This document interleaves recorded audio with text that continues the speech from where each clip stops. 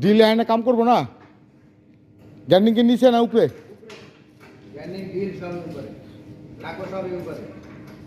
হ্যাঁ ঠিক আছে, উপরে লাগবো।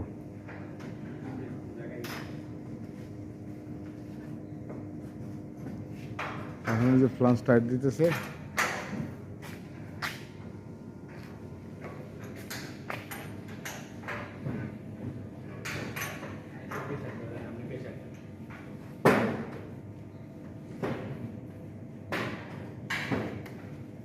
এটা করলে ইনশাল্লাহ আজকের মতো কাজ শেষ।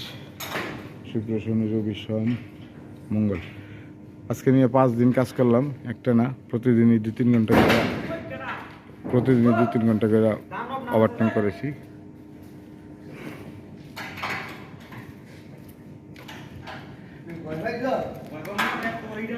সোহেল